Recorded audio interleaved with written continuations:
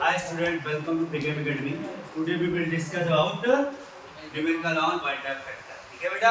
तो I पर किस तरीके से आपका क्वेश्चन बनता है, किस तरीके से न्यूमेरिकल बनता है, उस पे बेटा आज हम लोग चर्चा करने वाले हैं। और ये I किसके लिए था बेटा? यहाँ पर आपका सब क्वालिटेटिव प्रॉपर्टी के लिए था। किसके लिए था ये? क्वालिटेटिव प्रॉपर्टी के लिए था। तो जो मॉडिफाइड क्वालिटेटिव प्रॉपर्टी थी, एक बार फिर से सब लोग अपने कॉपी नोट करो फटाफट तुरंत।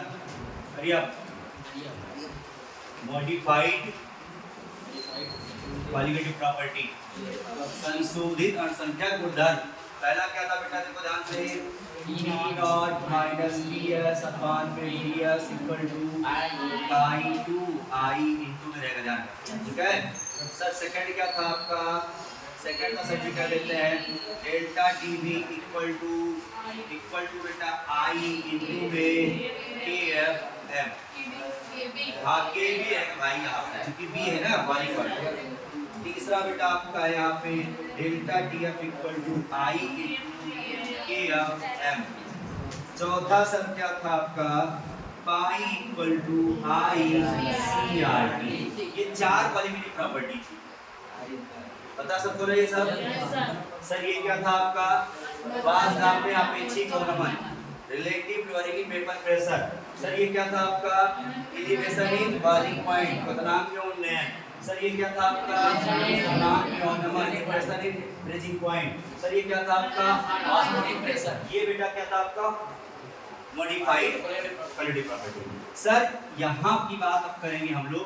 अगर सर आई की वैल्यू अगर हम बढ़ा देते हैं, अगर मान लो आई की वैल्यू बढ़ गई सर, तो जो वेपर प्रेशर ऑफ सॉल्यूशन होगा, किसका sir?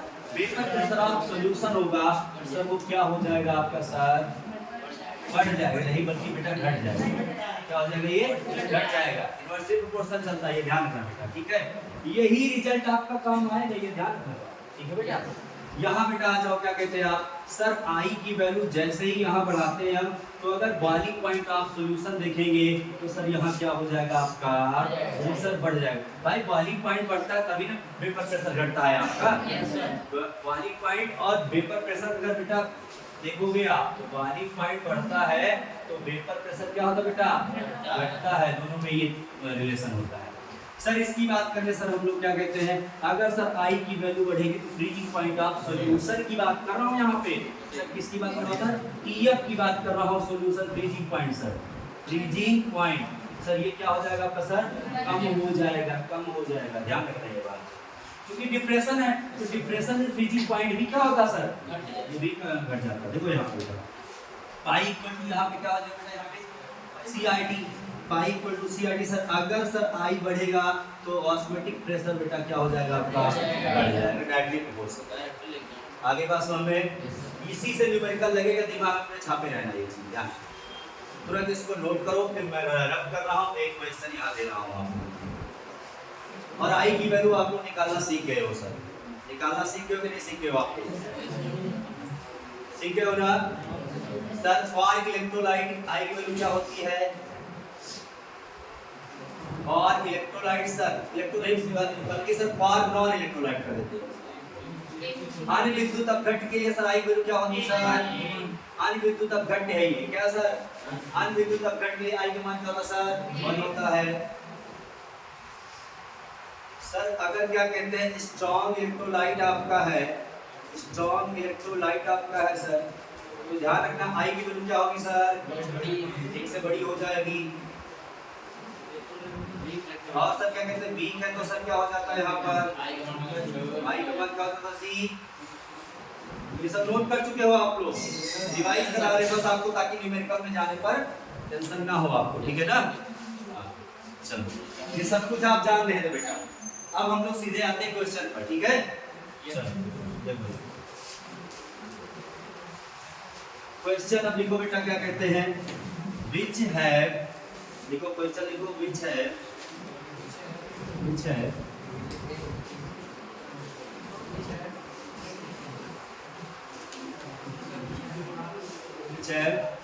most osmotic pressure, osmotic pressure containing solution, containing चलिए बेटा पहला ऑप्शन सर लिख लो, हिंदी में लिख लो बेटा, क्या कहते हैं निम्न में से किस विलयन, कौन सा विलयन या किस विलयन में अधिकतम परासरण दाब होगा, किस विलयन के लिए अधिकतम परासरण दाब होगा। सर 1 मोलर ऑफ NaCl, ध्यान में बेटा यहाँ लिख दे रहे हैं हमको क्या कहते हैं, चलो एट रूम टेम्परेचर की बात हो रही बेटा, एट रूम टेम्परेचर की बात हो रही बेटा यहाँ NaCl। सर बी आपका है 1 मोलर, मोलर मतलब समझते बेटा ना C, क्या है आपका C है, C मतलब कंसंट्रेशन बेटा, मोल पर लीटर वाला 1 मोलर M। और यहाँ से निकलेंगे आप क्या कहते हैं K2SO4 same at room temperature, C option sir 1M L2SO4 का whole price, D option sir 1M ये। अब आपको बताना बेटा किस कौन सॉल्यूशन है जिसका मास मल्टीप्लिकेशन मोस्ट होगा, सबसे ज्यादा होगा, कौन मेंटेन करेगा। आपको मैंने बताया था सर सबके लिए सबसे पहले सर करना क्या है, आपको सर आई की वैल्यू निकालना है। सर आपको पता है क्या कहते हैं सर, क्या होता है पाई इक्वल टू CID होता है, बोलो हाँ भाई। सर R तो कांस्टेंट होता ही है सर, T सबके लिए सर सेम ही है सर, C जो है C भी सर 1 मोलर 1 मोलर सबके लिए सेम है, तो सर सब कुछ तो सेम है सर, डिपेंड फिर किस पे करेगा सर I पे, I की वैल्यू जिसकी ज्यादा और उसका ही सर जी हॉस्पिटल प्रेशर, उसका परासरण दाब ज्यादा। अभी आप सीखे थे सर I की वैल्यू बढ़ाते हैं तो हॉस्पिटल प्रेशर परासरण दाब क्या होता है, बढ़ जाता है। तो सर I की वैल्यू सब में निकालो। सर यहाँ कितने आए बोलो जल्दी से, लो I की वैल्यू क्या हो जाएगी, खत्म। सर ये यहाँ बताइए 3 हो जाएगा सर, यहाँ तक कितना है 5 है सर, यहाँ तक कितना है आई वैल्यू हो जाएगा भाई, नॉन इलेक्ट्रोलाइट है ये, ग्लूकोज है, ग्लूकोज डिसोसिएट नहीं होता है, पता है ना सबको, याद करो ऐसे चौंकाया जाएगा आपको, दिया गया है चौंक जाओगे यार, ठीक है ना, चौंकना नहीं है। यहाँ आई क्या है बेटा आपका non electrolyte, I equal to 1 हो जाएगा इसके लिए। सर I की वैल्यू सबसे ज्यादा किसमें है सर, तो आंसर कौन होगा, C हो जाएगा। नहीं बात हो बेटा ना, ये ध्यान रखना, ठीक है। चलो अगला क्वेश्चन करो।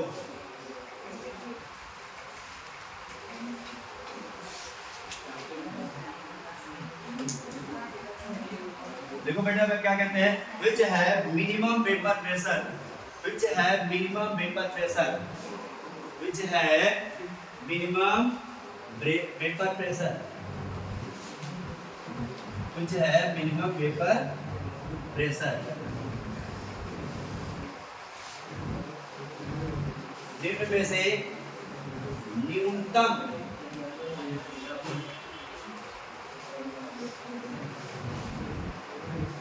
में से इसका न्यूनतम वाष्पदाब होगा, minimum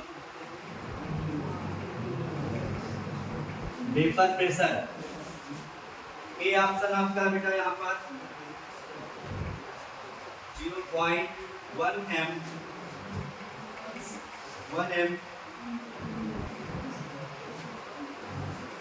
barium chloride, B option है बेटा 0.1 m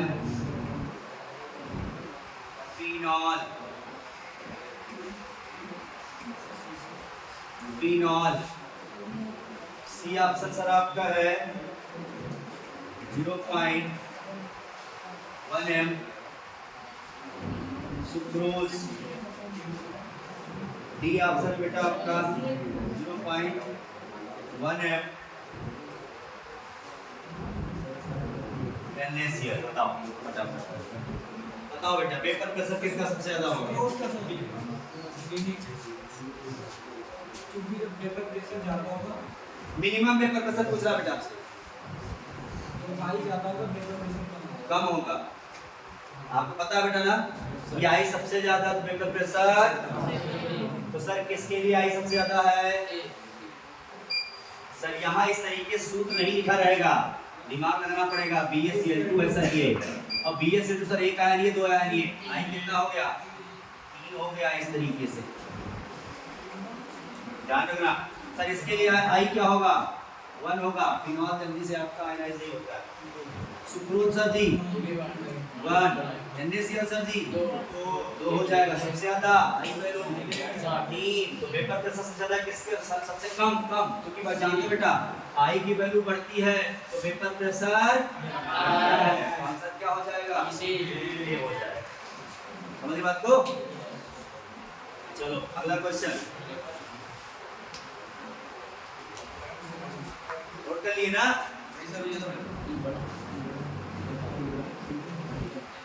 अगला क्वेश्चन नोट करो बेटा आप लोग।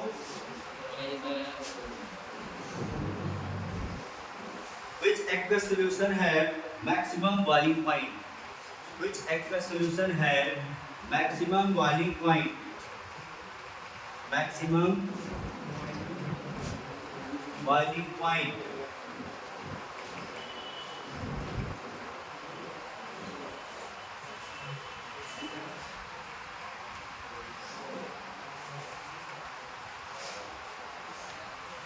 One molar glucose number A option बेटा 1 मोलर ग्लूकोज।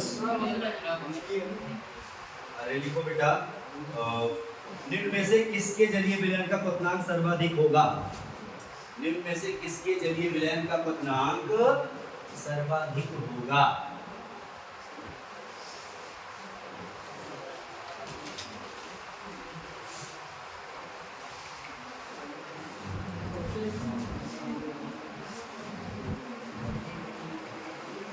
ऑप्शन देखो बेटा 1 मोलर है ये ध्यान रखना glucose 1 molar NaCl 1 molar CaCl2। Formula दे दिया जाए तो तुम लोग की किस्मत जान लो। 1 मोलर सुक्रोज बेटा क्वेश्चन क्या पूछ रहा था किसका बॉइलिंग पॉइंट ज्यादा होगा। आपको पता है बेटा कि आई ज्यादा तो बॉइलिंग पॉइंट ज्यादा। सर जी आई किस में ज्यादा है जी आप सर ये नॉन इलेक्ट्रोलाइट ये non electrolyte yes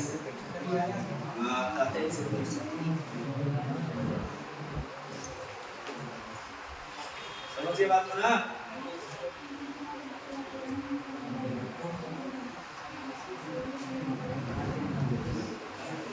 next question को बेटा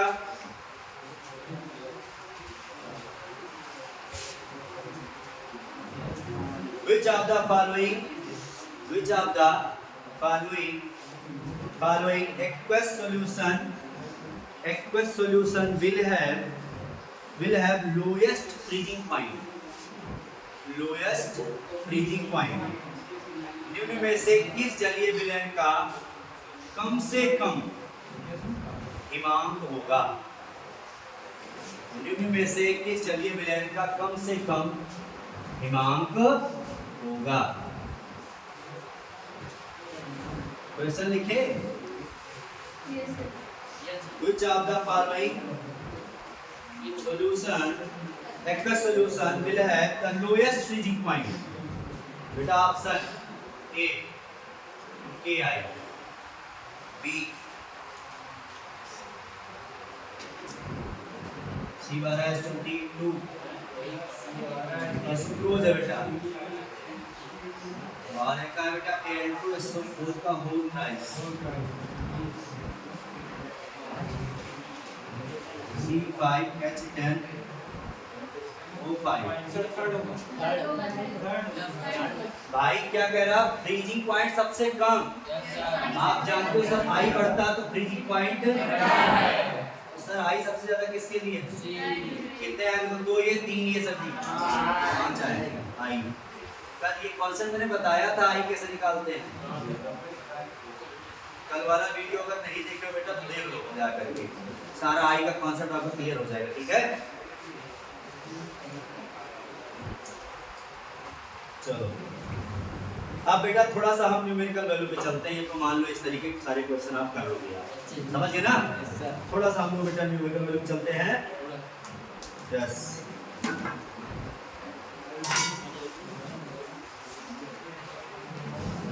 देखो बेटा क्वेश्चन, 2 लीटर विलयन में, देखो 2 लीटर विलयन में एनसीईआरटी का सबसे लास्ट क्वेश्चन एक्सरसाइज का, सबसे लास्ट क्वेश्चन,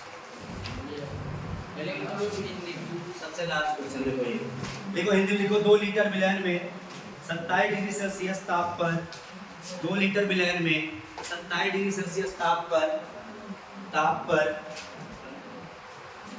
K2SO4 के 25 मिलीग्राम को घोलने पर, 25 27 लिखो, उसको 27 कर दो, उसको 27 करके लगाओ, सॉल्व करो। 27 डिग्री सेल्सियस पर K2SO4 के 25 मिलीग्राम को घोलने पर बनने वाले विलयन का परासरण दाब, बनने वाले विलयन का परासरण दाब यह मानते हुए ज्ञात कीजिए कि K2SO4 पूर्णतः वियोजित हो जाता है, K2SO4 पूर्णतः वियोजित हो जाता है। और R की वैल्यू लो बेटा यहाँ पर 0.082 लीटर एटीएम पर केल्विन पर मोल। इंग्लिश वाले लिखे नहीं लिखे, आर की वैल्यू क्या बताया? 0. R की वैल्यू बेटा यहाँ पर है 0.082 लीटर एटीएम पर केल्विन पर मोल।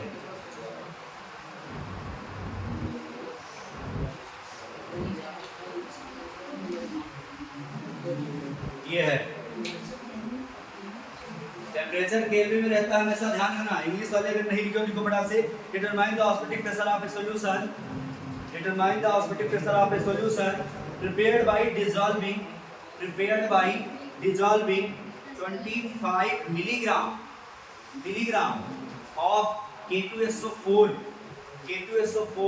in 2 liter of water at 25 degrees Celsius, assume 25 नहीं बेटा, इसको 27 कर लो आप, कैलकुलेशन भी सही रहेगा। assuming that it is completely dissociated, 27 ही आपको केल्विन रखना है, केल्विन मतलब उसमें ऐड कर दोगे ना 273 आपका, तो 300 नहीं आ जाएगा आपका, ध्यान रखना। 270 degree Celsius, assuming that it is completely dissociated। बताओ भाई, ऑस्मोटिक प्रेशर बताना है, पाई इक्वल टू CRT रखो, ICRT रखो, क्या रखोगे? ICRT। सर जी K2SO4 है, सर जी K2SO4 किस नेचर का, जल्दी बोलो, तो इलेक्ट्रोलाइट या नॉन इलेक्ट्रोलाइट? भाई इलेक्ट्रोलाइट है, आयन पे टूटता है भैया जा करके, तो K2SO4 के लिए I का मान क्या होगा, जल्दी बोलो। और K2SO4 वैल्यू ऑफ I 3 होगा, तो ये 3 होगा बेटा। अरे देख लो, देखो K2SO4 है, समझो बात, सर ये टूटा 2K प्लस और सर SO4 2 माइनस, सर यहाँ 1 था, अभी यहाँ 0, 100% पूर्णतः वियोजित कह रहा है, 100% डिसोसिएशन बेटा, तो यहाँ सर जी 0 बचा, यहाँ सर जी 2 बचा, यहाँ सर जी 1 आ गया, यहाँ 2 है, देखो आगे 2 1। सर I क्या होगा बताओ, बाद वाला सर ये कितना है? 5.3 पहला यहाँ -3 3 बेटा, एक I की क्या आ गया बेटा 3 आ गई। इस तरीके से कितना होता है सर? चाहे ऐसे निकालो चाहे आयन देख के निकालो, फटाक से हो जाएगा तुम्हारा सर कितना होता है? आंसर। भैया देखना पड़ेगा कौन सा है, बता दीजिए। रुक जाओ देख लेते हैं। दोबारा करवाते हैं बेटा पाई इक्वल टू CRT लगाओ, सब कुछ दिया है आपको, लीटर भी दिया है, टेम्परेचर भी दिया है, फार्मूला ये वाला इसको बेटा यहाँ पे pi equal to ICRT। R का मात्रक क्या है? R भैया लीटर एटीएम पर केल्विन पर मोल। 5.27 to 10 to max। सही बेटा आंसर आपका आ रहा 5.27 10 to -3 सही एटीएम आएगा आंसर। आंसर एटीएम में आएगा, ध्यान रखना। सही है गलत है। बेटा देखो मिलीग्राम है, मिलीग्राम को क्या कहते हैं, पहले किसमें कन्वर्ट कर लेना सर जी आपको, ग्राम में करना है, किसमें करना है, देखो यहाँ पर पाई इक्वल टू, बेटा देखो आई की वैल्यू सर जी कितनी निकली है, 3। देखो सी क्या होता है sir ji, n by v होता है, r की वैल्यू आई है बेटा 0.082, t की वैल्यू बेटा ताऊ 27 डिग्री सेल्सियस था, याद करो भाई t क्या था आपका 27 डिग्री सेल्सियस था, लेकिन सर जी हमें किसमें चाहिए, ये केल्विन में चाहिए, 300 केल्विन नहीं हो जाएगा। सुनो बेटा यहाँ पे, और देखो यहाँ W2 क्या था सर जी, W2 मतलब अरे n ऐसे लिखो बेटा ना, बड़ा वाला फॉर्मूला लिखो इसका, W2 M2 यहाँ V और लीटर में T की वैल्यू बेटा यहाँ 300 रखो, ठीक है, ध्यान रखना। अब सर जी क्या हो जाएगा यहाँ पे, W2 कितना बताओ, 0.25 मिलीग्राम है बेटा, देखो यहाँ पे 25 mg है बेटा, इस 25 को बेटा 10⁻³ से करा दो, तो ग्राम में हो जाएगा ये, सही आएगा 0.025, ये तो आएगा ना, बोलो भाई 0.025 ग्राम ही तो आएगा, 3 × 0.025 M2 सर KTS4 का वो बताओ, बोलो मास 176। अभी आगे बेटा B आपका सर 2 लीटर था, याद करो, yes sir, B 2 litre sir, litre में था तो बस आज मल्टीप्लाई करने की कोई जरूरत नहीं है, 2 चाहे नहीं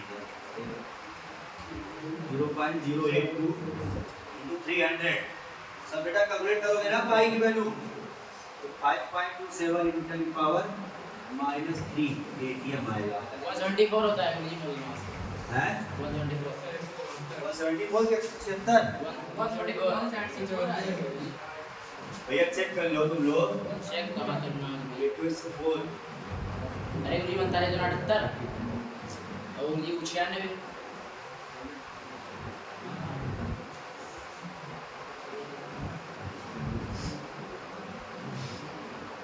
32 अच्छा 2 8 8 4 12 या 4 8 से 14 वो नहीं आएगा यस, यही आएगा 174, आप कैसे निकालते भाई, 174 ही आएगा,